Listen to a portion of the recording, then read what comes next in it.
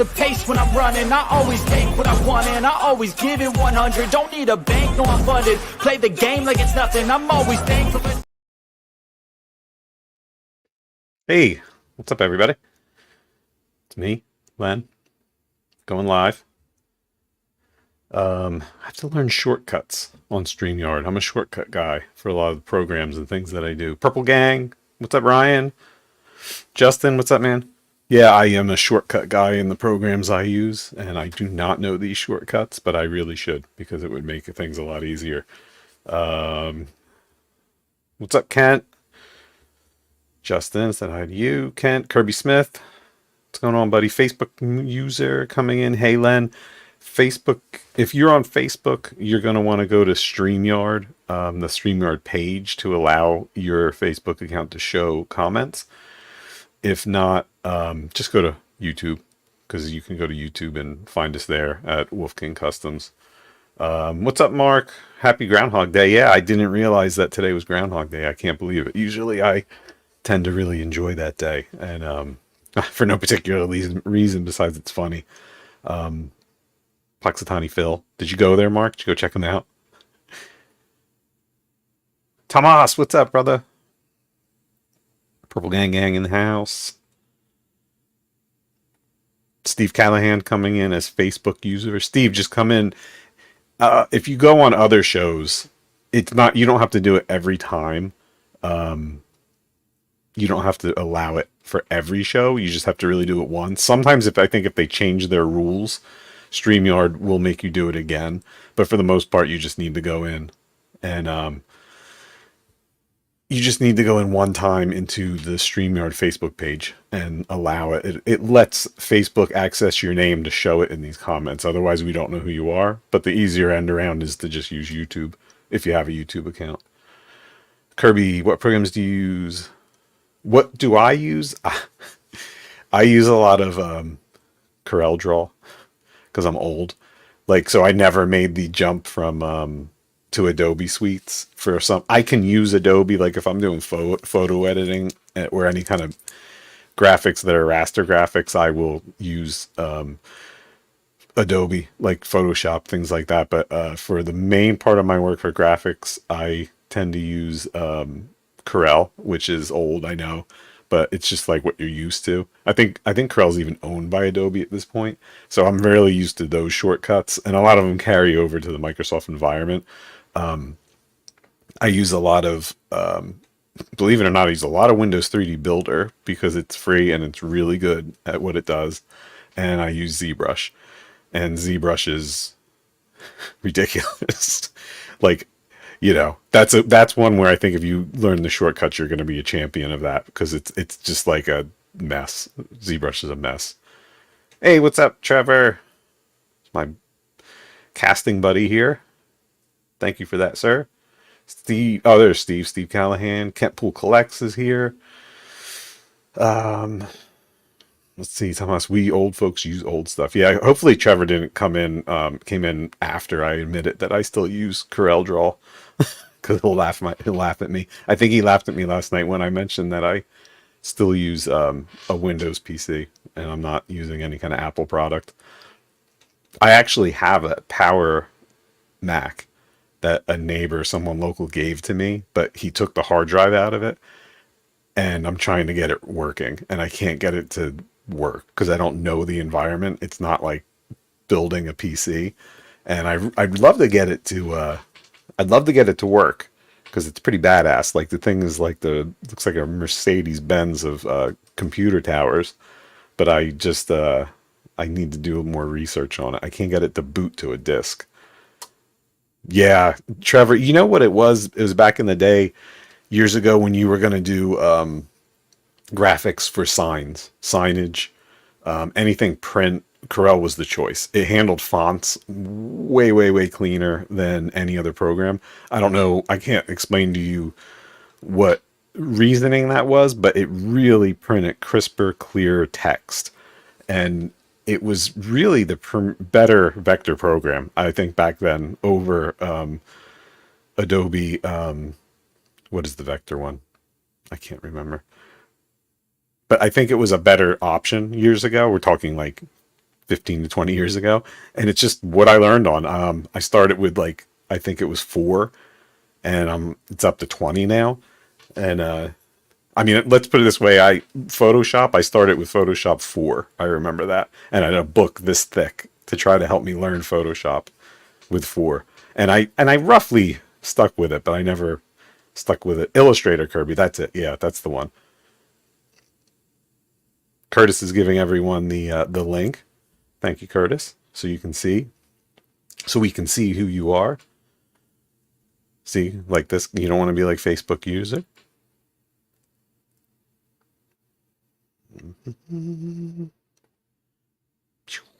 Jesse has an old Power Mac. Well, Jesse, how comes next time I asked you about a computer question, you said you were like mildly able to help? Because I'm having trouble with this thing.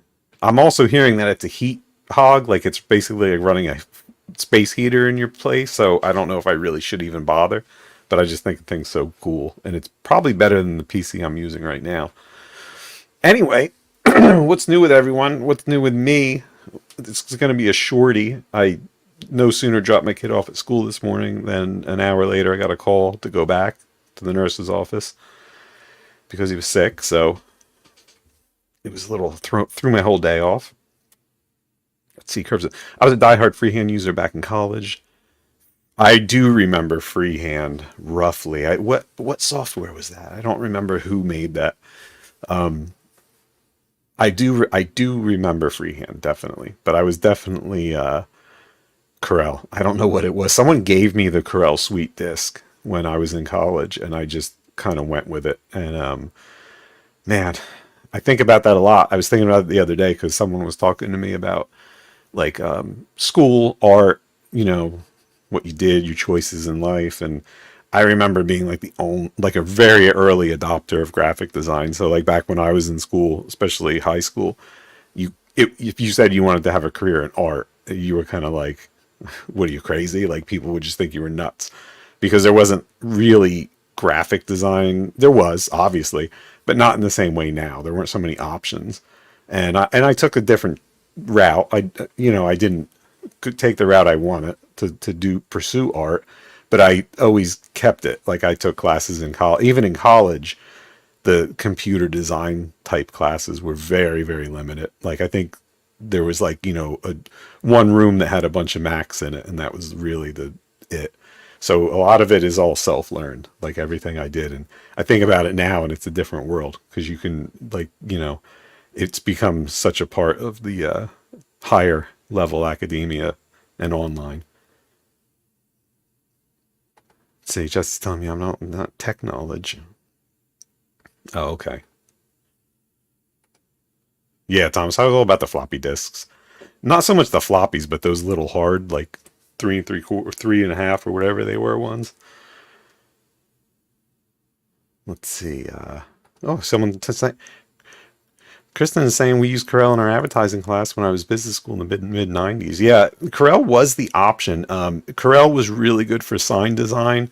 If you used like a plotter or a vinyl cutter or anything like that, you could output from Corel direct to it, and it would do like the XY, cutting type thing, and you needed hard lines like vector lines, and that's really what my world is. That's why when you see me doing like graphic design still to this day, I don't really do a lot with Photoshop or raster images. Everything's really vector.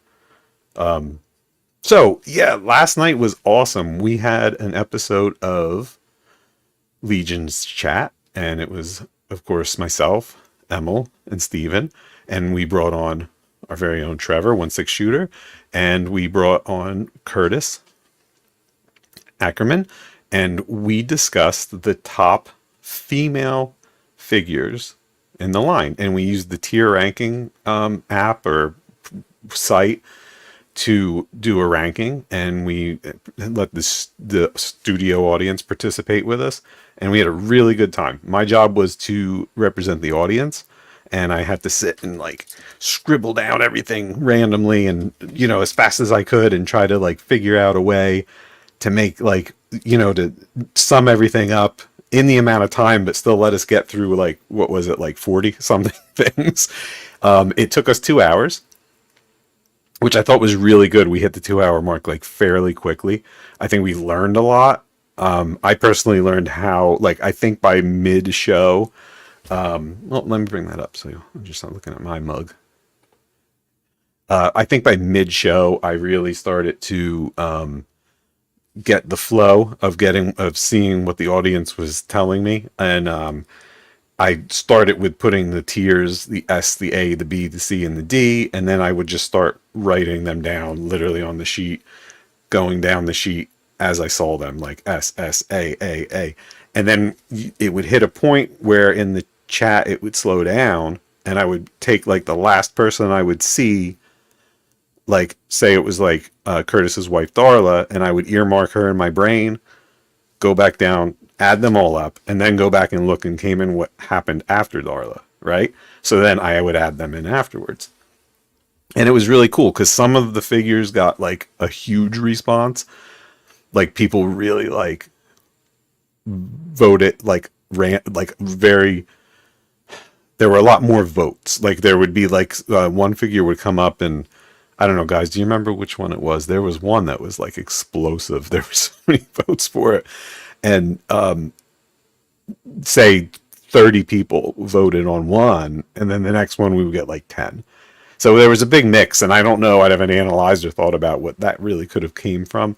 Could have been like maybe like people don't own it. So like Xylona, yeah, Curtis saying Neve was big, Alithia was up there. Trevor's saying because it was just funny. Like that was the only thing that threw me off, is because I had to be ready for a big response. But like something like Zelonia, like there wasn't a whole lot of like info coming in from the chat for it, and maybe that's just because it's a figure that not a lot of people have. So like maybe or people just felt like very indifferent. And in the calculation of what I was doing, it was a wild swing. Like the swings were really wild. It was like everything. I felt like every time I was saying what was coming up, we were resting on B. It was just like there would be tons of S's and then a bunch of C's and then even a D. And you're like, well, where do you go? You know? So it was very, it was a lot of fun. We had a good time. We're going to do it again. We're already talking about like what our subject matter would be. And I definitely want to like structure it for logistics the same way, where you know, I'm taking this down, and I did learn a lot. So hopefully that goes much smoother. If you are interested and you want to view it, go to the Legions Cast YouTube channel, or it's right in the Cabal, because we do it both in the Cabal or on YouTube, and you can check out that episode. Emily usually does like a little recapper, which we'll do probably the next day or two. We'll put up this graphic and open the discussion kind of for everyone that doesn't have the chance or opportunity to watch, to give their opinions. I think what was real, see, lots of people saying we were inaccurate, like my buddy Pat here, and it's true. I mean, there were definitely compromises that needed to be made, where we were like, okay, well, we'll just do this because this is, you know, we had to keep moving. But it was definitely a lot of fun. It was a good time, good interaction. I like the shows that have a lot of interaction. I like when it's, when someone's particularly like monitoring for interaction, and it's not like kind of alienating the audience by me sitting here and reading only comments and no one's talking like about the subject matter. So I think when you have a group show like that, that worked really well. Curtis says it was truly an honor to be involved. I had 3 I really wanted to fight for. 2 ended up in S and 1 S, so he was happy. Well, we were happy to have you, buddy. We had a good time, right? I personally, my strong feeling was it was very hard for me to rank up figures that I didn't have in hand. And that's not a beef, that's just opinion, my opinion. And because I'm that type of collector, and I'm that type of person that enjoys the line. I tend to, if I'm buying for personal use, like I would buy one of everything, and if I like get it and just are blown away, then I'll buy more. I just need that like physicalness to like, because I find that with the line, like they very really vary, and it's not that like I'm afraid of like ranking something too high, but I don't want to take away from something older. I'm also a little nostalgic on some of these, where yes, there could be a better figure out there than say Gwen, but to me, I think it's a beautiful figure. It's a beautiful paint, and it's. I've always enjoyed it since she came out, and it just means a lot. While something might be lower in my mind that's newer, that comes with all kinds of soft goods and fancy stuff and all these different things, different mold parts. But I really just like to. I think there was a lot of nostalgia in my thoughts too. Hey, what's up? Jonathan the Hedgehog is here. Zolicon 2024. That's right, baby. Oh, damn. I forgot to bring that graphic up. I'll have to pull that up. It's on the side. Yeah, Zolicon's coming. It's coming fast. Didn't do that right. Whoop. There it goes. So, yeah, that was a lot of fun. Let's see. What else is going on here in the chat? Let's see. Neve should have a tier of her own. She will be on standard for upcoming female figures. I think Neve's awesome, but I don't have her. It's another one where it's tough for me to speculate on that. So my buddy Eugene says, completely get that. In hand tends to change my own rankings. Yeah, see, Eugene gets it, but him and I agree on a lot of things. We're old souls like that. There's something in hand, like, where you get a figure and you're like, damn, like this is really good. Let's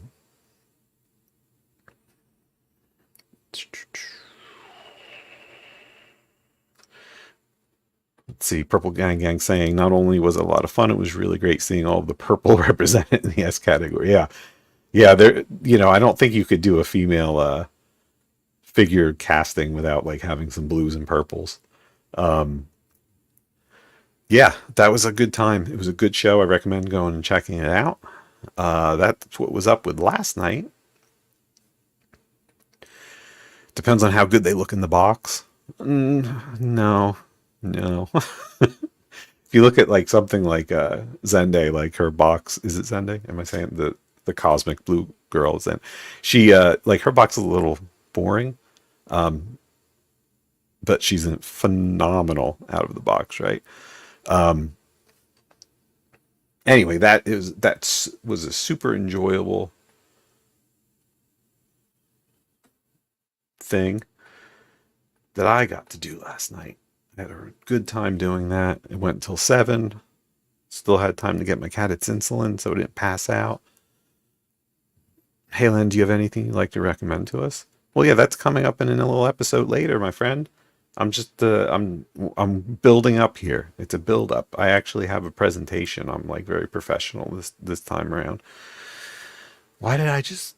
Oh, I see. Right, I stopped sharing. I'll get the hang of this, fellas. I still need to adjust my lighting. I'm having trouble with that. I went to do it through the hardware of Windows and in the software control, and there was no software control for it that I could find. So that was a big pain in the butt. If you're in the Florida area, looks like they're having a heck of a time at MegaCon. That is a big show. And you definitely looks like something that would be a lot of fun. Slap Happy Toys is down there, and they are putting the freaking red carpet out for the Legions fans with a phenomenal booth and setup. It is a road show, a street crew show. So that means show pricing, and you can meet Chris or Jeremy there. Long show, Thursday, Friday, Saturday, Sunday. That's a long show. They got shirts that are like a neon green, not safety, but neon with purple print that are special for that show. And they're free. Guys, get down there. If you hop in the Cabal, you can see all that info. Let's see. I have a presentation. This is kind of a new segment, and it's called the Twilight Bark.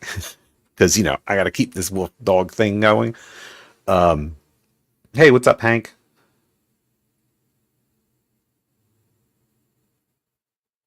Well, yes, I do have some Joes behind me. I'm kind of showing some of the new things I have, so I don't forget them. I have them off to the side. Zombie, what's up, buddy? How you doing, man?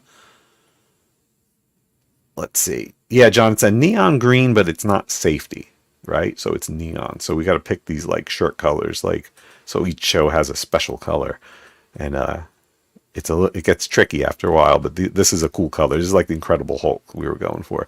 All right, so the Twilight Bark is a new segment where I am going to highlight some Wolf King related customs and basically posts that I find around the net.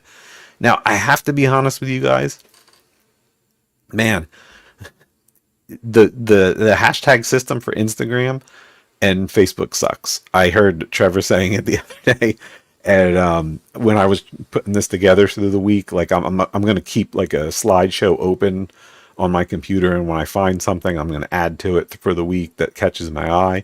If I don't get you, man, like if I don't see what you're putting or you don't find yourself on here, don't be offended. It's just because I'm a mess. If you have something you want me to see, then definitely tag me, tag Len, or tag Wolf King the page, and use the hashtag. I don't know. The problem is, hey, what's up, Dave? The problem is that when you go to do the search for the hashtags in Instagram, you end up getting like a random history of them. So you can get something from a year ago, you get something now. There's no way to mix it from like old to new. So definitely give me a tag, like in a way, like at Wolf King or at Len if it's in the Cabal. What's up, buddy? So let's see. The first one that I brought to the table was by our very own Ryan Gonzalez, and it was posted in the Cosmic Cabal. And Ryan says that he just finished this piece. Scaphoid colors just felt right for this head, and I think he said that because he knows I love Scaphoid, and it's like my favorite. This was like a named after. I don't want to call it tribute to Ryan because it's an alien and it's freaky looking, and he's not freaky looking. But I kind of wrote a little backstory for this guy based on what I know Ryan does, and it's like it was just kind of interesting. I think he was like the fuel supply truck, not truck, but like space depot driver for the space station that my little creative characters are on, and that was one of them. This is a head that I had made to be specific to plug into the neck holes, and it works on a Specs, and as you can Spexian, and as you can see, it works with Sentries or anyone. And Ryan did a beautiful job. I had to highlight this one because Ryan's like that quiet collector guy. I mean, quiet customizer, where you don't see him doing much, and sometimes you forget he's even painting. And John, you can attest to this, right? And then he put something up, and you're like, "Damn! Like what? Come on, dude! Like do more! Like his stuff's phenomenal." He put up one of Emil's heads the other day. It's like a bald guy from the Corruptians, and it was gorgeous, so smooth. So the paint apps were awesome, and I'm like, "Damn, Ryan, get on! Like do some more painting! Like let's see, man." Because he's awesome. Yeah, see John saying, heck yeah. It's like that, like he comes out of nowhere with it. Doesn't even realize how good he is. No, he doesn't. Because his, like, I know he's takes some really nice photos, but man, this was killer. So let's see, that was that one. And the next one that I saw was, this is a shot from Nate Strong. And on Instagram, he's a Corona 4. And he does the show Legion's Lounge on Monday nights with Bill and Trevor. And he says, featuring another pickup from LegionsCon 23, this one is from the amazing Arturus Zoran. Swipe to see a close-up of the kick-ass weapon from Von Burke and torches by Carver Customs. So Artie did this beautiful paint job. He likes to do the what is it? What are they? Dugers? Jesse, you'll help me. The basically like the dark dwarfs from D&D lore, and this is Emil's head, which it was funny because I don't think anyone realized for some reason, but it's Emil's like I forget his name. I think in the files we called him Crazy Dwarf, and it's kind of like from two years ago maybe, and it's not super dwarfy, but it is, and it's just an awesome head. Like he's got this really great detail going on in all the hair and all the pieces. It's really cool. Yeah, Artie is amazing. It's always like super clean. I like to see that he like does different techniques. He was doing like back painted on translucent pieces that I saw. That is just absolutely incredible. And to top it off, the guy's a sweetheart. I mean, he's just super nice guy. He's been a customer of Wolf King for a very long time, probably since the beginning. Ran into wasn't always in US. I had to ship to him overseas, and it was always like took a little bit more. Sometimes there were issues, like stuff would come back like boxes, but we always got it there. Jesse saying the Durgar. I remember from the Dritz books a little bit. Picked up an AZ head, but now I need a full custom. Yeah, so that was awesome. And of course, let's not forget the beautiful photography that Nate gave us here. Absolutely stunning. The next one I saw, this is from DC Motu Nerd. I have a feeling we know who this is, and I'm just horrible at Instagram names, because I did see it posted in the Cabals, one of them too. So he says his next big project in the Pirates of Cosmerium, the first crew member is Captain Hondu Janaka. He is a tribute to one of his favorite Star Wars Clone Wars villains, Hondo. This is a Wolf King head, and it's a figure obscura Jacob Marley body, and he obviously fully repainted the body. He did an awesome job with this bounty hunter type head that we have, and it's just a phenomenal custom. Looks really nice, and it's just really cool to help like someone like make something so cool. Like it's cool to be part of. Hondo's one of my favorite characters on on Clone Wars too. He's showing up live action somewhere. He's got to be showing up. So that's going to be really cool. I like that. See, Curtis is telling us Off-World has a 2.0 show lined up tonight. We are going to talk about mail-away figures from when we were younger. Added bonus, no douche. Well, that is a major bonus. So the Oddworld's going to have the 2.0 crew. What time you guys start, Curtis? Is it 9 or 10? I forget. On the Oddworld channel, that's a fun time. If you guys are looking for something to do, hop on there to interactive chat, and the guys talk about really interesting topics. And this time they're talking about like your favorite mail-aways. Let's see, next. This is from Brian at Carver Customs. This is his latest Mythic Legion custom. I always wanted to attempt a Fuzzbutt custom. I started with a Metaphor Mythic and added Wolf King's torso. So this is a Jason Rodriguez torso that we just basically print and sell. And he cut off a few bits of the leg armor to change the feel to fit the guy a little better. He says he has a special piece coming for him as well, but he's done on him. So I don't know if Brian means that he has like a Dio coming, or if he has a torch or one of his pieces, or just something else to add on. But I thought it was really cool. And Brian's like multi-talented, right? Because he can do awesome paint jobs, and he makes cool printed pieces, and he makes awesome dios, and it's just really cool to see that different types of talents come out in the people we know, right? Eugene saying that Brian absolutely nailed that Dark Fuzz Monk. Oddworld. So, search for Off-World. I'm sorry. Do you ever like joke about something and then it becomes in your head canon? Curtis is saying that Off-World starts at 10 p.m. Eastern time. Maybe you should call it 2.0 Oddworld, so I can be right half of the time. This torso is the oh, I can't even remember what it's called. Maybe like assassin torso, or I know we have one with a furry neck version. So like if you search like furry neck torso, if you just type torso, you'll find it. I think they're out of stock right now, but I am printing them this week. So I added some yesterday of the non-furry neck ones. I still have to catch up with the furries. And last but certainly not least is our very own Mr. Jeremy Gerard. He put out another piece in his mouse series, which was a blind mouse, like a blind master. This was actually funny because it was a older piece that when Walter DeMarco sculpted these based on Jeremy's art and input,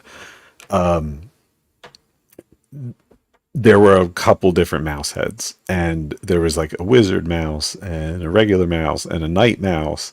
And it wasn't just like, one piece, because Jeremy likes to do series of parts. So he did, there was this one. And for some reason, I don't know why it fell by the wayside. It happens sometimes when there's bigger series of parts. There's still stuff from like 2 years ago that no one's even seen. This was one of them, and Jeremy's doing he wants to do like a new part a week at Wolf King. A week, no, a new part every month. That's one of his goals for this year, is to drop a new one new part a month. And this one, since we didn't do it yet, was like, okay, let's get this one out. And that's what he did. And let's see, what does... So that's right. He did show this custom a while ago, but we never offered the head on the site. And that came on for sale last week, so you can pick that up. He says the mouse customs and the engineering the team listed above first came up with to create smaller figures using 2.0 goblin bodies has become some of his favorites to do. He's incredibly thankful that the parts have become popular with the Mythic community. Yeah, that was a cool idea. Like, that was a totally Jeremy Gerard idea, like on how to make these smaller stature creatures. Like he looked at a problem and said, I want to be able to make smaller stature little guys, and how can I do it? And he came up with it, explained it to Walter. Walter did the early sculpts, and then I did the test printing, the fitting, the test printing, the fitting, test printing and fitting, and it took a lot, but we were able to figure this out. And we used them for the gnomes and the mice, and I think they're just really cool. Super original idea by those guys, and it has always sold very well and seems to be very popular with people. I think the only thing that kind of limits it a little is the lack of 2.0 like Goblin. That's not like expensive. You can get swigs, like, so we got swigs, right? Metaphor, the Stinkor, is actually still available. I'm going to be restocking some swigs on the website soon, like really soon, like this week. I have a whole lot of figures I have to restock this week. So, at least there's that. It's always nicer to have the less expensive builders, but hopefully something comes soon like that.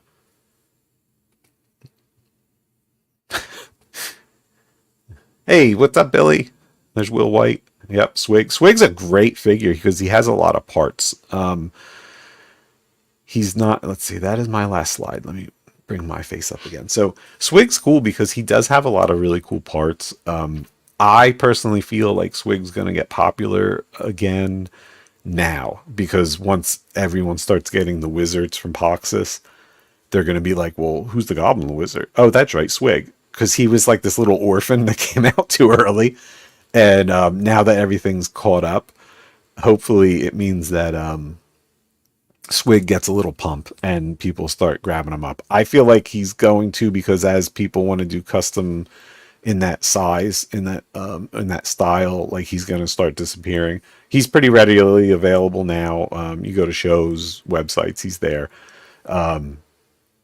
but I think he's one to keep an eye on. Like once you start seeing like inventories and stocks running low on him, super cool character because he has so many parts.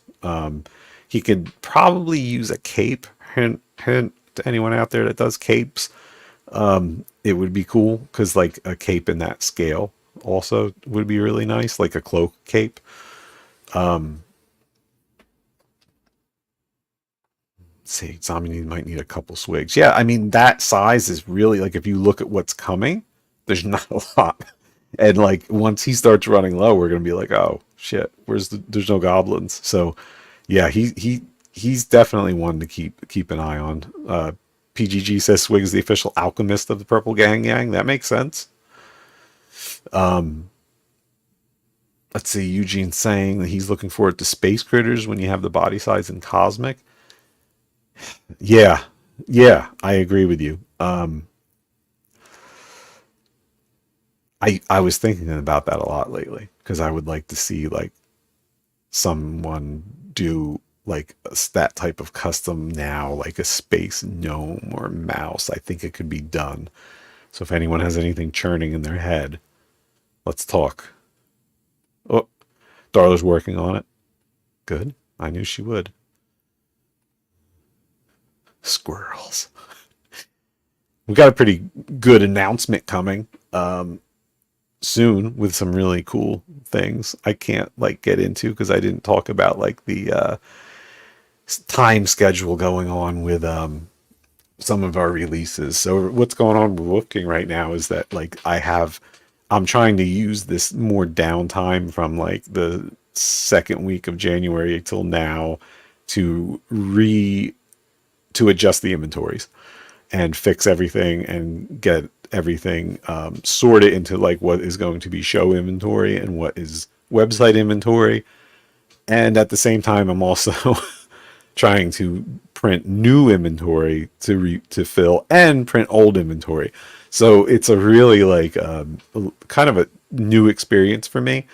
So that's why you might not have seen a lot of like restocking happening on the website. If there could be something that's been out for a couple weeks, it's coming. Like you look at like the Kitsune, which has been a staple, like the day one product that we've come out made. The Kitsune head and tails have been out for like probably 3 weeks. I just got them back in yesterday. They were being made and processed, but they weren't like it's a task, like, you know, because I'm trying to remerge all the old inventory, the show inventory back with this inventory, like everything figured out. Anyone that comes and sees us at shows, it might be a little different moving forward. What we're kicking around the idea of is a very limited amount of SKUs, and in the retail world, a SKU is the individual like product number. If you're a retail guy, like I know Jesse's going to know what I'm talking about. A SKU, when you talk SKUs, you talk about like how many individual products there are. So like you look at like Coca-Cola, and you can have regular Coke, classic Coke, Diet Coke, caffeine-free classic, caffeine-free diet. Each one is an individual SKU. Right now, the website has over 400 individual SKUs. So it is like freaking impossible for me to bring all that to shows. And what we found, hey now, John, I'll travel in that universe. I haven't traveled that hard in the night since the 90s, but I'll always go back. So it's really tricky, but it's happening. And what we're finding at shows is that people just were always asking for things that we don't have. And it got really frustrating because in the beginning you want to be like, well, this guy's asking for, the finger bang casting gnome hands, and I don't have them. I better have them. And then you would bring them, and then the next show no one asked for them, and you end up like filled up. So you kind of have to draw a hard line somewhere. I figured out, and we're going to do a very limited number of SKUs. It's probably going to fall somewhere in like the 40 to 50 range. Like 6 to 12 of that individual one, well displayed, so you see it, and then you would ask for it, Or you could take the one on display as long as we know, and then be able to put it back on display. It's going to be about sending people to the website for things we don't have. And that's basically how shows are going. So I notice a lot of people saying things like, I'm going to wait for shows. Are you going to have this at a show? And I will start telling people, like, if don't rely on a show to find something. Like, we kind of say that in the community now, like guys that are used to shows, even with the figures, with the horsemen, with their table. I see a lot of people saying like, oh, I'll just wait. I'll pick it up at a show next year. Excuse me. I can tell you this right now, fellas, like, I would not rely on that. If there's something you want, you should really pre-order it. Because you never know what show inventory is. You never know like what is going to be a bigger seller in pre-orders. Don't rely on shows. That's all I'm saying. It only makes sense that as more and more product comes out of the pipeline and you're dealing with like limited warehousing and with limited distribution, there's going to be a limited amount ordered. So I would definitely pre-order things if you see them. And that's kind of the philosophy that Wolf King's doing too, because it only makes sense. And not pre-orders, but to do more of a show to like showcase what could be done with the product. Bring some, and then maybe sell some customs. I'm going to have painted. So like say at Zolicon, my plan is to have plenty of painted stuff because that seems to be very popular at certain shows. Some shows have more, have a stronger base of guys that want unpainted. So I know what to bring there. But that's basically it. I'm sorry, I don't mean to ramble on here about that. But that's really what I'm thinking. See, Eugene saying that makes a lot of sense considering how much inventory it would physically take with the free shipping. Yeah, and my other plan with that, Eugene, is that if I'm at a show, I will have a code for free shipping. So like if you come to me and you say, or to one of my crew, or Jesse or Patrick or Nate or whoever's there for that show, and you say, hey, do you have Flying Fox head and Flying Fox feet? Well, no, we don't, but here's a free shipping code, like do that. I toyed around with the idea of having people place orders before the shows and then they can pick up there, but that's a pain in the neck. And I don't think people like enjoy that as much. So we'll probably do something where like we can hand off like a free shipping code just to people specifically for that show. And this way we know where the code comes from and they can go online and grab whatever they need. Now, that being said, I'm not saying we're not going to have, that we will have nothing at shows because we're going to have plenty, but just not like what it was. Because the hard truth is like the stuff does take a beating and get kind of banged around, going from show to show, packing in and out with it. And it's very hard to display. We've tried pegboard, we've tried thread racks, we've tried a lot of different things, and you just can't get it all up there. So Thomas is saying the stock you bring to Legion's Con is just easy. Yeah, that was like kind of like the final, like last in November, that was kind of like the final of that like quantity of stuff. I found like I like to like I would watch people's faces when they come in and look and see, and I see the overwhelming look in their faces when they think about going through those bins and looking for parts. And some people, like, they know they have a limited time at a show like Legion's Con, and they're like, well, I can't spend like a half an hour at Len's booth and still see all the other cool stuff. So like I think a lot of people like just that's a turn off. So I think that's why moving forward we're going to do it a little different. Let's see. Jonathan's telling me, and that changed over time. For you that has been hyped today, the PO might pop up for some. Yeah, that's definitely true. I mean, there's going to be some figures that you guys and myself have taken. We've got comfortable with them being readily available, and they're not anymore. And it's funny because we're like, there's so much product now, and yes, there is a lot of product now, but a lot of the stuff that's been like a lot of Alithia is gonna freaking it's gonna disappear. We're gonna be like shit because like you still want like Alex and you still want stuff and man it's going. So like and then you're gonna be in that like Arethyr realm of like, oh, I wish I had a Magnus. I wish I had a Red Shield, but I'm not spending that money on them. So yeah, I mean stuff's gonna start disappearing. Even though there's a lot, it's always limited, right? Well, that being said, I'm glad. See, that's the kind of tangent I don't mind when I talk about like shows and models and things like that. One thing I wanted to do, I wanted to toy with a segment, and I don't have graphics for it yet because I want to see what you guys think. And basically, it's going to be called Len Likes. And it's what does Len like? If there's something new that I found or something cool that I found that I think I want to share with you guys, like a product that something I bought on Amazon or whatever, I would like to have a little segment where I do 5 minutes of like talking about it, bring it to you and be like, hey, check this stuff out. Maybe it's something you know about, maybe it's not. It's just a different way I wanted to like kind of fill this little bit of time that we're taking here. And if you're interested, Len Likes. What do I like this week? This week, Len Likes is about this stuff, nanotape. Do y'all know about nanotape? What do y'all know about nanotape? I can tell you. It's pretty cool. Let me bring up nanotape because it's easily purchasable. You can easily get it on Amazon. And there's like, it's one of those things where it's like 50 billion different like sellers that are selling it. So I can't really say like if there's really one individual seller over the other. I will share this one with you. This is the one that I purchased because it had like a high rating.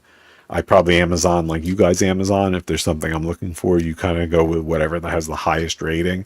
And the ratings seem legitimate.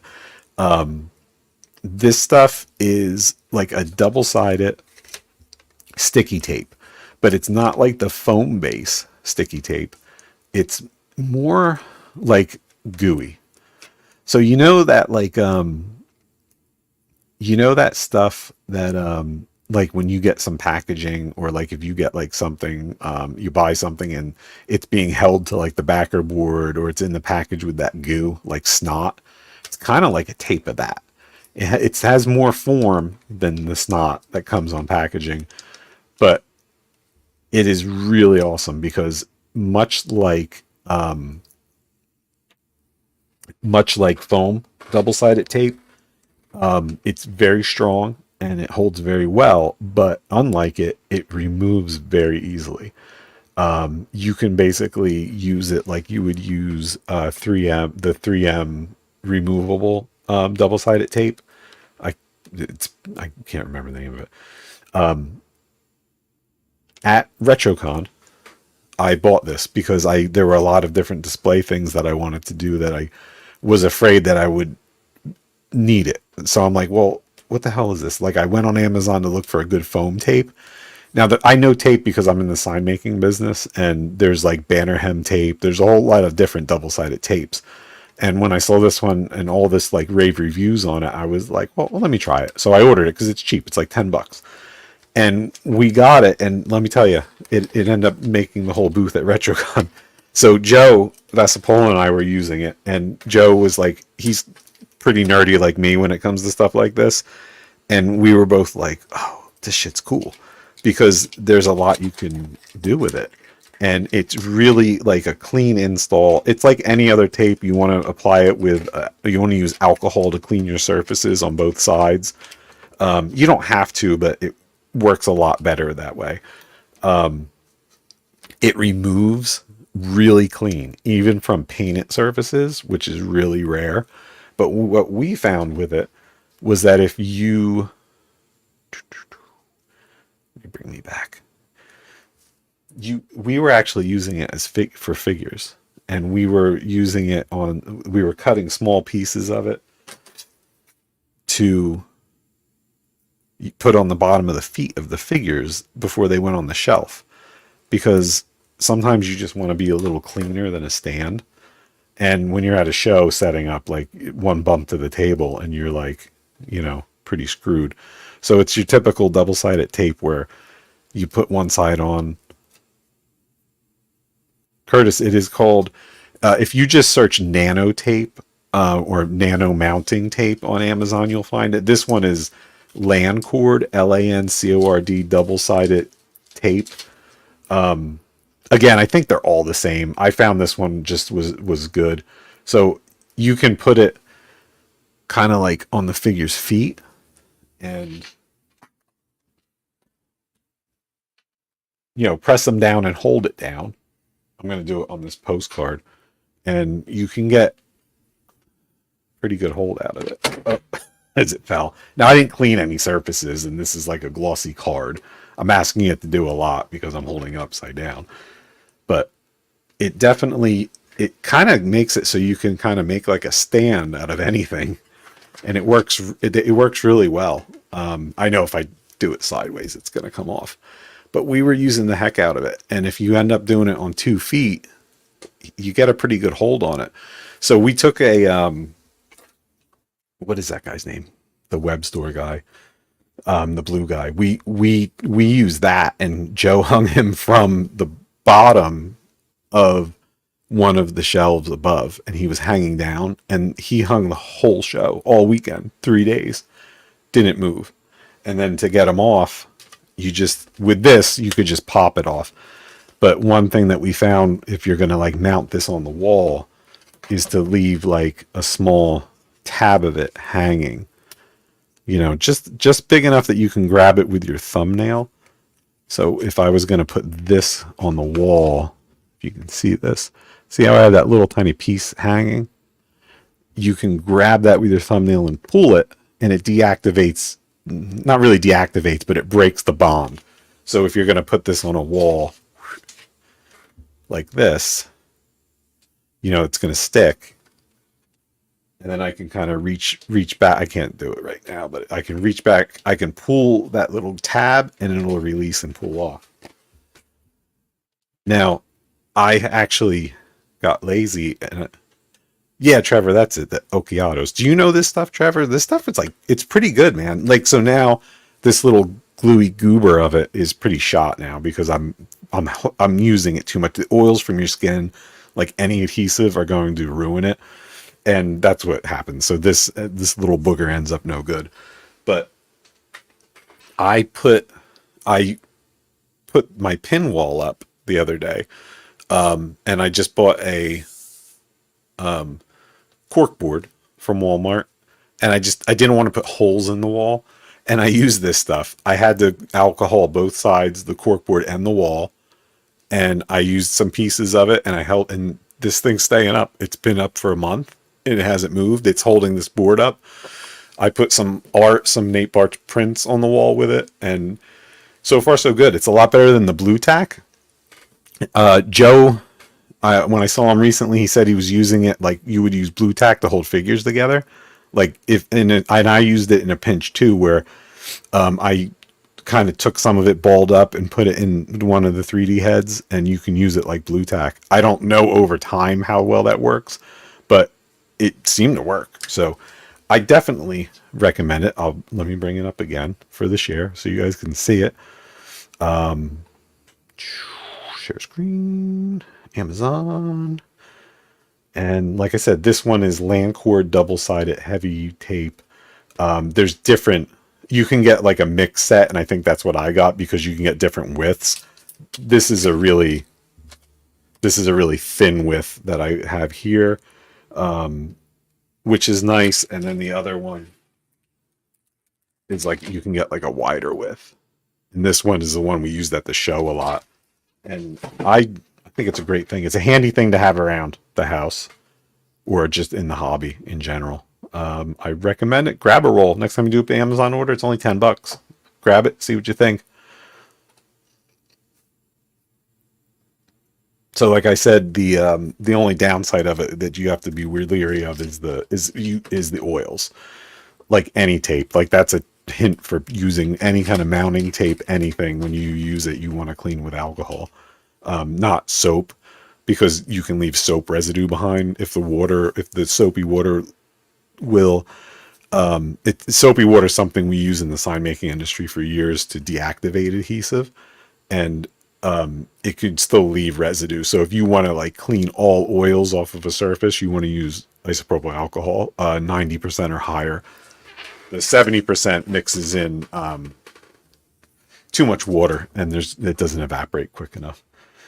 So yeah, that's going to be the type of thing I would like to do. I don't know if that's very arrogant of myself to be like, yo, let me here, like what I like, but I think it's neat. Like if I see something or I buy something, I'm not going to do ridiculous things like, oh, look at this new, screwdriver I bought. But like if it's moderately related to the toys and the industry and what we like to do, I highly recommend it. So my Len likes for the week is nanotape. If you have a like that you can suggest and say to me, like send me a PM and be like, Len, check this out. This is really cool. Don't send me like a link for like a Ferrari or something, because we all know that's cool. But, let me know. And maybe it's something I can check out and share with people. So that's Len likes.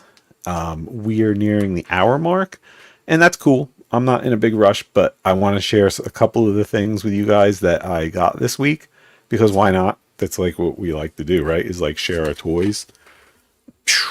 First off, just shelf it. Guys, what's going on this week? Is this week the ladies' week on Sunday night? Just shelve it. Just shelve it. Shelve it. I told those guys on the last time I was on the show, if you are a fan of The Office and you remember the stories of David Wallace, their ex-CEO and boss, when he leaves the company, when he gets fired from Dunder Mifflin, he tries to start a company where he has an invention of a machine that is for cleaning up toys, and it's a vacuum, and the vacuum's for like vacuuming up, because he becomes like he takes care of the house while his wife works, and he invents this vacuum for sucking up toys. And it's hilarious, because the funny part is I think someone did like actually make a Lego vacuum after that, but he made a jingle for it, and it just always sticks in my head, and I always want that to be the jingle, because it's like, just suck it, you gotta suck it. And it's freaking, yeah, see, Justin knows. Yeah, it was called Suck It. Oh, I love The Office. Watch it a little too much. So anyway, let's see, where do you guys want to start? Do you want to learn about Glyos, or do you want me to show you Joe's in the box? So I had a really good friend of mine try to enable something in me. He tried to get me interested in the world of Glyos, and I knew about them, I knew of them, I never knew what it really was. I knew that the Horsemen roughly based the concept, and they were going to do this size for legions. We all know those stories. Well, my friend sent me a bunch of Glyos, because I think he's trying to get me addicted like him, to have like a friend in the addiction like we do. And we ended up, I popped some of them open this week and started messing with them, and they are very, very cool. I don't have like all the solid info yet. I have it because he sent me it the other day, like to kind of fill me in on the world of this. And the community is much like Mythic Legions, where it's just like a bunch of really good guys that make these, and it's almost like some hippie stuff where they share ideas, and it's very non-competitive. They come out with like kits that use each other's parts, and it's really just hearing about it, I was like, that's really cool. Like, it was a really neat concept, and they're really fun. If you're like a pop and swap guy, if you like to like play, pop and swap, like this is what it's about. And I see how these guys like inspired legions with the whole pop and swap thing. I wish I could tell you more about like roughly what they are, but Just Google that shit and you can find it. If you Glios is by a guy like there's a website for him. I can't remember his name. He's like the guy that like came up with the concept of like the pegs because they all like interact. So I could break this guy apart and mix his parts with this guy because all of them across company all use the same pegs and all the pegs are the same. So unlike Mythic Legions where like an ankle peg is going to be different than a knee peg, these pegs are all the same. So you can just take apart and rearrange these guys any way you want in any form you want and get really creative with them. Some of them come in kits like this, like Monstery guy came in a kit with more parts than probably you would need, but they're really cool, man. They're neat. They're not really crazy expensive. I mean, they can be like, I think this guy was like $30 but he comes with a lot of stuff and you're supporting like a local art, like not local could be global, like, but like an art community of people. And I know a lot of the guys at the studio are really into them. And, I don't know. I hate to say, it might have awakened something in me because they're really cool. I could see myself getting more of these. They're definitely something to check out. I'll probably have more information as we move forward, or you guys probably know about it too already because you're fans. That's what it would be, Trevor. That's why I brought the Clios because I didn't open these Joes yet. I like to open toys when I have somewhere to put them. I hate opening them and not having somewhere to put them. So yes, I do have a lot of box stuff. That's why like you don't see me bringing like the Joes on because like what am I gonna do? Be like, well, I got this tunnel rat here. It's got a nice box. Tunnel rat. I'll open them, and I'm not gonna open them here. We've all seen them open. There's guys like Dork Lair, like Bill and Toy Bro that do phenomenal reviews, and Billy Beige Customs, you know, they do great reviews of these figures. You don't need to see me ripping them apart. Unless that's like your thing. I should do a video of them while I should. That would be a great idea. I don't know. I don't know who's crazy enough to do boxed videos. Do you know that like hurts my heart that the first like stuff of Poxus that's getting out there is the 2-pack? Because you know everyone knows, and they're not blaming anyone. No one's saying, "Oh, well, you got to open it." I remember it was a thing with Arethyr. People were like, "Open it," and I think a lot of people did. And no, I didn't open mine, but I know people that did because it's just that's the way they ordered the figures. These obviously now are being ordered specifically for collectors to put on the shelf and stay in the box, and that's awesome. But it's a bummer because like that's like the first of it going out. So like I know a lot of people that are doing the box reviews are like they got Poxus, but they didn't play with it because it's boxed. And I get it. Like I'm not telling you to do that because you probably bought an all-in and you're waiting for it. But man, I just can't wait for people to start playing with Poxus. I can't say, and I can't not say, but I can say that it's it's awesome. I'm all about wizards. Curtis, you just got Snow Job. Did you open them? Not yet, right? Probably will. The Joes are definitely going to be a thing for me. If you don't know, if I didn't say before, I sold a ton of stuff at the last ToyCon New Jersey. I blew it all out like super cheap because I was just tired of looking at it. And a lot of it was Motu, Revelations, Origins.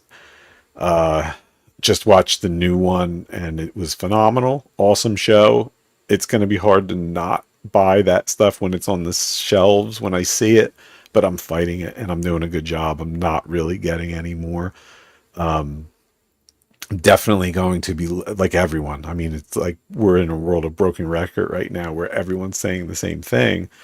I'm going to be limiting. And that's definitely what I'm going to be doing too, because it's just, you come upon that realization when you look at these totes and you're like, I'm never going to have enough places to display anything. Like there's just not enough space in my life, my office, my playroom, wherever, to be able to put these things. And that's kind of the realization I came into late last year.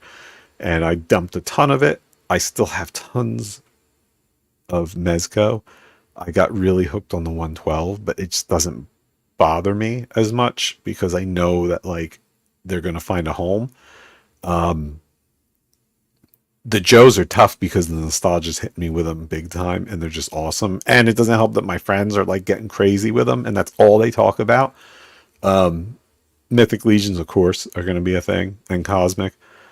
I think I'm going to be limiting like what I put out on display. Like I'm going to be that like annoying inbox, half out collector with Legions moving forward because I just don't have enough room to get them all out. I tend to, when I get a wave, I open it all. So I have one wave, I have one open, and then I'll have like another set that I don't open, and I just play the shit. I play the hell out of the ones that I open.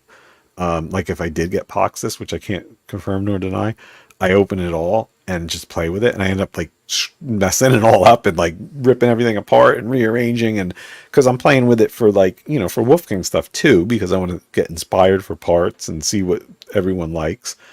A lot of it ends up in my show kit, and when I say show kit, I bring a lot to shows because a lot of what I bring like people don't see. When we set up at a show, say like a Friday, we'll go in there and we'll just start, if we have the time, we'll start like popping and swapping and creating new things to put on the shelf because it's really hard to have like all of it filled with customs, but we want to represent what could be done with the figures. And we also like to show the figures themselves because we're usually at a show, we're next to the horsemen, and we want to help them by in turn helping us by setting up regular figures too. So my show kit's pretty big. I probably have more open figures in the show kit than most people's collections. I don't want to sound like I'm bragging about that, but it's pretty crazy. That's where a lot of stuff ends up, but then other stuff ends up around me. Like I have stuff over here and I'm setting up back there. So yeah, I mean, I'm definitely an opener. I'm a firm believer in you don't own it until you open it, but it's getting hard, right? Because it's like you're running out of space. And especially with the Mezco, I'm facing that situation now as I'm opening things. It's like, what the hell do you do with all these spares? I know you buy the tackle boxes, but you got to understand my life is tackle boxes and stuff like that because I end up with, that's all like the Wolfgang stuff is like in parts. All the parts, they're in boxes, they're in this, they're that. And like, I'm just like, oh, more tackle boxes. So I end up mixing it all up and I just have these giant boxes of fodder. Let's see, what's Curtis saying? MFK, Mary Legions, fancy classifieds kill Mondo. You're going to kill Mondo, buddy? I know you've been saying it, and I know that's what you're thinking. I can't imagine my life without one Masters of the Universe something, and that's why I'm still holding on with Mondo. I didn't tell you this, but I'm such an ass when it comes to Mondo. Like I'll hem and haw like on it, and I'll be like, oh, I'm not gonna get it. I'm not gonna get it, and then I'll be like, I want it, and then I don't. And every freaking time, when I decide finally, like I'm gonna get it, I go on their website and I missed it by a day. Happens every goddamn time. And that's what happened with Orko. The other day I was like, you know what? I do want Orko. Like, yeah, he's cool. He does come with a lot. I know there's a lot of people looking for the different parts. Maybe I can split it. So I went to go on the Mondo website and I'm like, oh, sold out. Oh shit. So I do it every time. I think I did it with Battle Cat too. But the Mondo, I can't see myself getting rid of. Black Series, I still, again, I don't want to get rid of it. I think I'm at a point where I'm okay where I'm at. I know I'm just accepting the fact that I'm not going to be able to display it. I probably will have to cut down on the Mezco 112 or make hard decisions on what I'm going to keep. Like, am I going to keep just like superhero?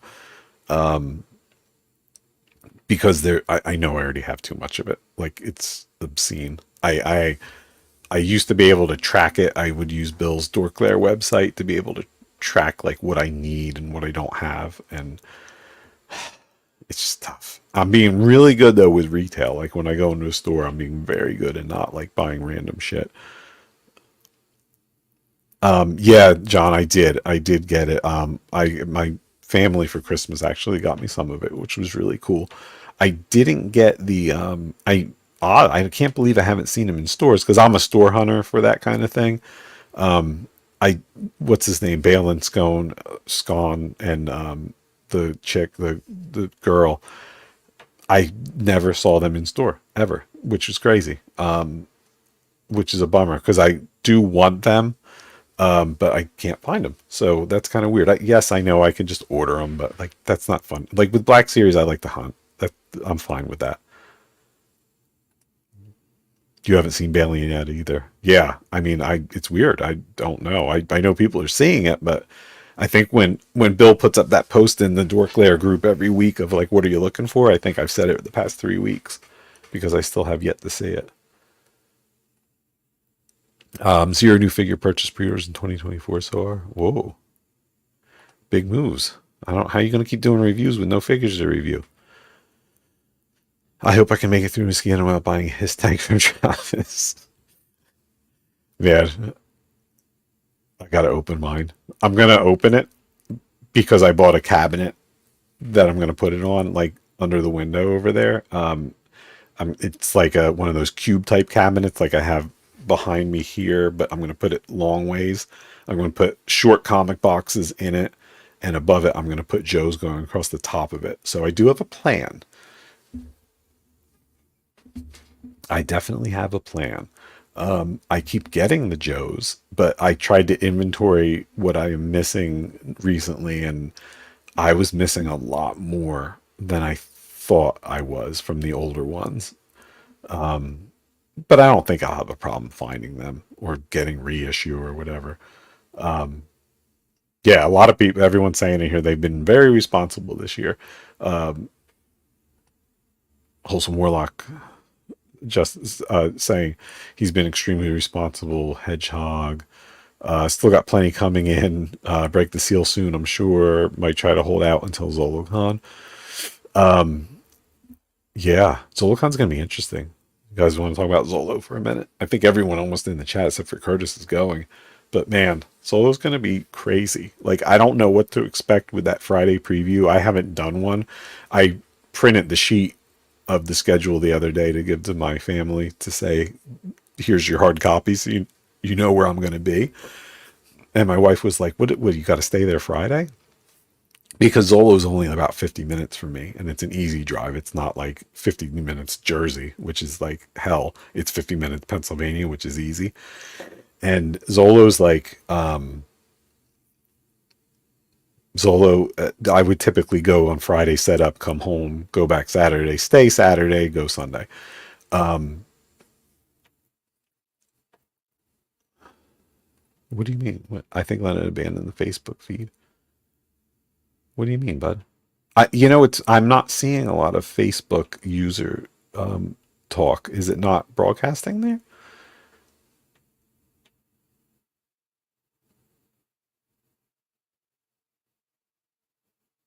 Yeah, no, just I can see you, man. I don't. Bill's Billy Beige is also on Facebook. It's coming up because it shows me on a little icon who's there. Yeah, so Zola's going to have a Friday preview. I think it's like 6 to 10. I haven't done a show like that. I know PowerCon was like that. So it'll be interesting. I know it means like hustling through setup. It means staying another night, but we'll see. We'll see what happens. It should be pretty exciting. There's a lot of cool stuff going on. Frazetta, Jim Steranko, amazing artist. There's a ZoloCon, obviously, as we know, the Skullman exclusive, which I'm really pumped for because I want to see how they do those two-piece hood and cape combos. It's just a good show, good time. You hear us talking about it all the time. I don't think I need to sell anyone on it. Yeah, Benny, I can see you on Facebook, and it's super excited that the Purple Gang Gang is going to be there. Oh, they're saying that they might do a His Tank giveaway at 1,000 subs. Curtis, there you go. You're pretty lucky, Curtis, at winning stuff on these contests when people do them. So you never know, man. Yeah, Zola's going to be crazy. I decided I have to go on. Oh, we got a rough date for RetroCon, but they're not publicly announcing it. I guess I could. I don't know if I should say. Whatever. It's like the first weekend or second weekend of September, which is good because it's like it's going to be early. Like that to me, that's pretty much still the summer. So it gives us a nice summer show. It separates the time from Legion's Con. I think they said Monday they're going to be announcing that like official date for it. So you'll see us talking more about that. And there is a show that is local to me. A couple of years back, I did one in Flemington, New Jersey, which is really local for me. It's like a 20-minute drive. And that was an awesome show. Like we all laughed at it before. We're like, what is this? It's like what the hell was that thing at, John? Was that what kind of center was that at? But man, we had a great time, and there was a lot of guys that went there. When it wasn't a Horseman show, I only did it as Wolf King, but a lot of people went there that didn't know what legions were, and they really like learned about them. And I know like Paul Sutt was one of. It was at the Elks. It was at an Elks club, and it wasn't a bad show, but we laughed because we're like, what is this tiny show? So I went and did it, and we got a lot of guys who are still huge fans and super active in the Cabal and the community to this day that we met at that show. And it was just a wild time, and it was fun, easy, in and out one day, and it was nice. So there's another one that's localish to me, but it's in Pennsylvania. It's in Easton, Pennsylvania, which is, again, it's about 20 minutes from me. And it's the Lehigh Valley Toy Show, and I can't say it's definite because I'm going to do it like today. Contact them to book it. But I decided I'm going to do it because it's a one-day show, again, like a Saturday. And I heard it's good. I heard there's a lot of people that go.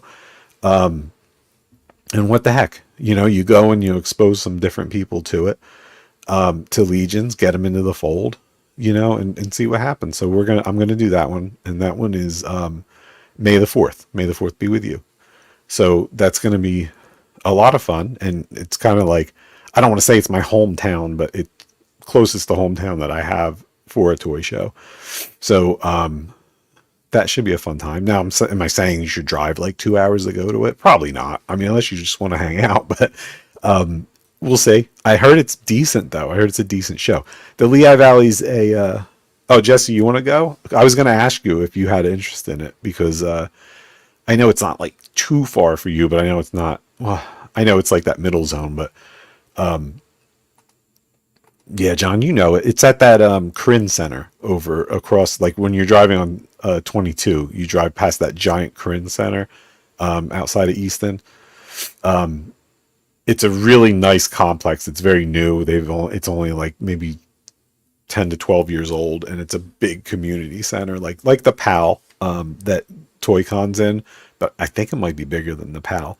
And I heard it's good. It's funny because the Lehigh Valley, like Allentown, Easton, Bethlehem, is what we call the Lehigh Valley in Pennsylvania. And it's a very densely populated area. Allentown's the third largest city in Pennsylvania, and people just don't realize that, like how big that area is. And the Legion's like footprint in that area isn't huge. So I'm really interested to see what we can do there. When we talk to people in the Cabal areas, whatever, I hardly ever do I have people say to me that they're from Allentown or they're from Easton or they're from Bethlehem. And they're huge, like metropolis type areas of Pennsylvania, of Eastern Pennsylvania, where there's a lot of people. And I know the toy scene's big because there's toy stores in there, and there is a scene for it. So a lot of guys, the vendors that you would see at like a ZolaCon, probably will do this show too. Allentown was in Keno? In what? Like Keanu Reeves? Well, a little fact, the song Allentown by Billy Joel, which was about the closing of all the steel industry, was really supposed to be about Bethlehem, Pennsylvania, but it didn't rhyme and sound right, so we changed it to Allentown. They're kind of like they're neighboring cities where you can drive from one to the other. That's why all three of them, Easton, Bethlehem, and Allentown, are stacked on top of each other, and they're all based on the river, and they're all like steel towns. Like they were very, very big. They produced all the steel for like everywhere. Huge, huge area, and they were on the decline when all the steel industries dried up, and but now they're on the upswing where they have nice little. They're rebuilding and they're making something out of it. It's really a nice area. The cat movie. I'm not really sure. Jesse's saying because people from Allen try to act like they're from. Yeah, it's a very confusing. They're very confused in the area because like you either have someone like so we have a joke where it's like what do you call the city? So if you were in like Allentown and you refer to the city, well, let's say you're in Easton, Pennsylvania, which is a little lower. I'm sorry, I'm getting super specifically local here. But if you say you're from, say you're in Easton, and someone says I'm going to the city, that would often mean you're going to either Philadelphia or New York. If you're in Bethlehem, same. If you're in Allentown, it means you're going to Allentown because they call it the city. But like they I don't know. Just I don't think people from Allentown are really like consider themselves from New York. It is a mixed area because it is like in the middle. But it's definitely it's interesting. You know, it's what's across the river from me. So I'm in New Jersey, but that's like kind of what's across the river is that region. The town I'm in was always considered part of the Lehigh Valley because the Lehigh River is what flows between it. I'm more on the Delaware, which is the one that heads down to Philadelphia. Yeah, Tomas, I'm going super. It's funny because I always say like when the wife podcast goes super local, it's like annoying, and here I am doing it. But it's not a podcast, and it's my show, and I do what I want. Jesse went to a wedding there, and everyone local was acting like they were from New York. Well, they probably were because they probably moved from New York to Allentown or that area because that's about like everything that's there. That's how it rebuilt was by transplants, like people leaving the New York or the greater New York area. They left that area to get to areas where the property and housing and everything was less expensive and taxes. So they went to Pennsylvania, and Allentown was the best of both worlds. Yeah, John, you know what I'm talking about. Do what I want, man. Start talking about South Jersey soon. I'll start talking about View Askew.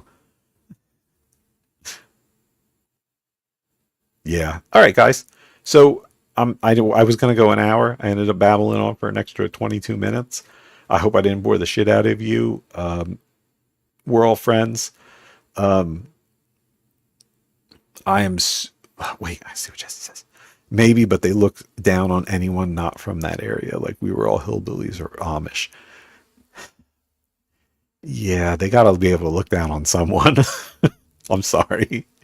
I'm sorry that like Harrisburg and the other areas get the brunt of the Pennsylvania looking down upon thing.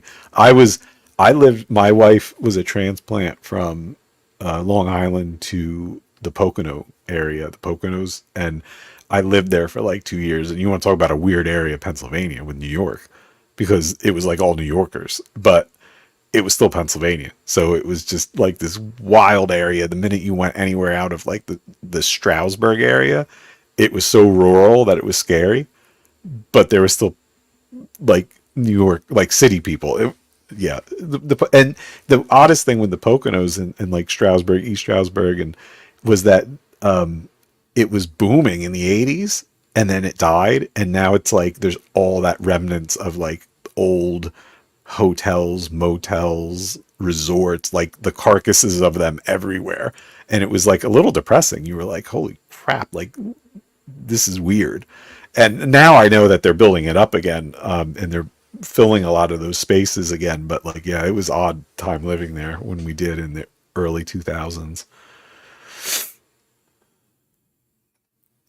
Will we ever make a hatless snitch head?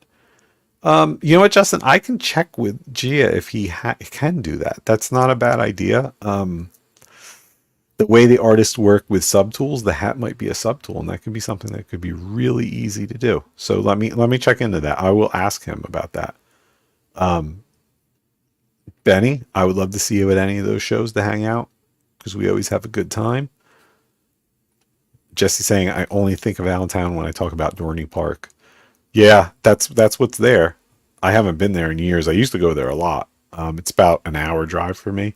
I like the Lehigh Valley Zoo. If you're ever looking for a very nice zoo to go to, it's a really nice zoo. I highly recommend it. It's on the rural side of Allentown, where it's outside of the city. It's connected to like a large park and national and reserve. I almost said national. It's not national. It's a, I don't know if it's Pennsylvania or Northampton County, but it's a really nice